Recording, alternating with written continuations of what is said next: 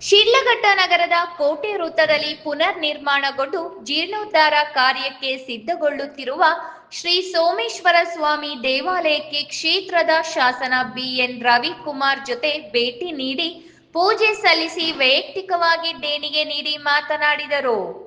ನಗರದ ಹೃದಯ ಭಾಗದಲ್ಲಿ ನೂರಾರು ವರ್ಷಗಳ ಇತಿಹಾಸವಿರುವ ಶಿಥಿಲಗೊಂಡಿದ್ದ ದೇವಾಲಯ ಬಹಳ ಸುಂದರವಾಗಿ ಪುನರ್ ನಿರ್ಮಾಣ ಮಾಡಿದ್ದಕ್ಕೆ ಈ ಪುಣ್ಯ ಕಾರ್ಯದಲ್ಲಿ ಕೈ ಜೋಡಿಸಿದ ಎಲ್ಲರಿಗೂ ಅಭಿನಂದನೆ ಸಲ್ಲಿಸಿದರು.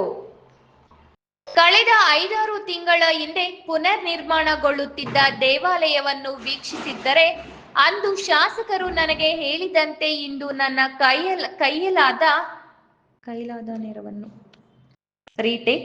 ಕಳೆದ 5-6 ತಿಂಗಳ ಹಿಂದೆ ಪುನರ್ ನಿರ್ಮಾಣಗೊಳ್ಳುತ್ತಿದ್ದ ದೇವಾಲಯವನ್ನು ವೀಕ್ಷಿಸಿದ್ದರೆ ಅಂದು ಶಾಸಕರು ನನಗೆ ಹೇಳಿದಂತೆ ಇಂದು ನನ್ನ ಕೈಯಲ್ಲಾದ ನೆರವನ್ನು ನೀಡುತ್ತಿದ್ದೇನೆ.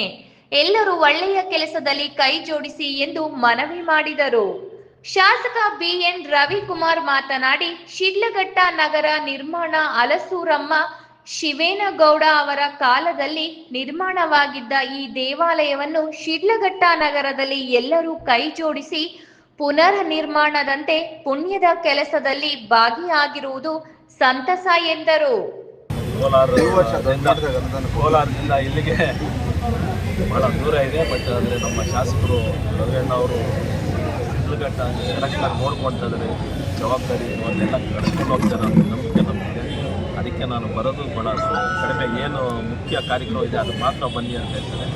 ಅವ್ರ ಮೇಲೆ ಜವಾಬ್ದಾರಿ ಇಟ್ಕೊಂಡು, ನೀವು ಹೆಂಗೆ ಜವಾಬ್ದಾರಿ ಇಟ್ಕೊಂಡು ಹಂಗೆ ನಾನು ಅವ್ರ ಮೇಲೆ ಜವಾಬ್ದಾರಿ ಇಟ್ಕೊಂಡು ಶಿಡ್ಲಘಟ್ಟ ಜನತೆಗೆ ಒಳ್ಳೆಯದಾಗಲಿ ಅಂತ ನಾನು ಹೇಳಿ ಮಾಡ್ತೀನಿ. ನವೆಂಬರ್ 1ರಿಂದ 3 ದಿನಗಳ ಕಾಲ ದೇವಾಲಯದ ಜೀರ್ಣೋದ್ಧಾರ ಕಾರ್ಯ ನಡೆಯಲಿದ್ದು 5,000 ಮಂದಿ ಭಾಗವಹಿಸುವ ನಿರೀಕ್ಷೆ ಇದೆ. ಎಲ್ಲರಿಗೂ ಪ್ರಸಾದ, ಊಟದ ವ್ಯವಸ್ಥೆ ಇರಲಿದ್ದು ಹೆಚ್ಚಿನ ಸಂಖ್ಯೆಯಲ್ಲಿ ಭಕ್ತರು ಭಾಗವಹಿಸಲು ಮನವಿ ಮಾಡಿದರು.